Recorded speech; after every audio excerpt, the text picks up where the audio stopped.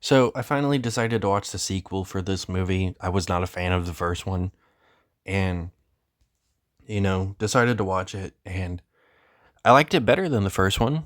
I thought there was actually some really creepy moments in this movie, especially for a horror comedy, and I thought the storytelling was better in this movie. Though they do rehash a lot of the stuff that they did in the first movie. I just thought overall it was a much more enjoyable movie, even though I wasn't a huge fan of the movie. And there's some solid kills here and there. Um, Overall, I honestly don't really have that much to talk about with this movie, though, because I still wasn't a huge fan. I just liked it better than the first one.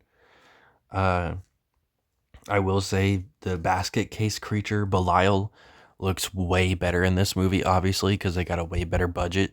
So that's pretty cool. It's also crazy how different the main character looks just with shorter hair. I almost thought that they got a different actor to play him in the sequel, but no, he's the same actor. Um,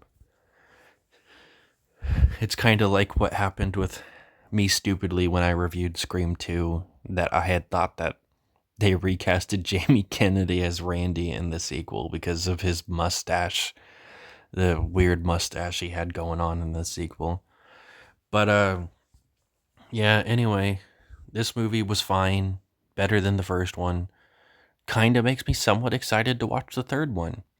He has a new romance with a character in this movie. I believe her name was Susan, but it turns out that she has like a baby that's inside of her that doesn't want to be born, and it kind of looks like a crazy creature, like I don't know, maybe the thing from Tremors, or the one penis looking thing from VHS Viral.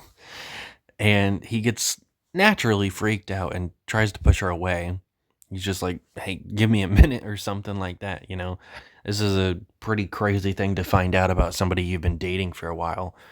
But she's just like really wants to talk to him for some reason. So he accidentally pushes her out the window and she dies.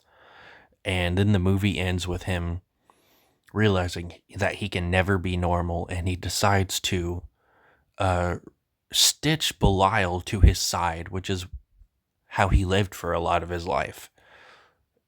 And there's one more movie, The Basket Case 3. Um, Hopefully it's decent. But I haven't really cared for these movies.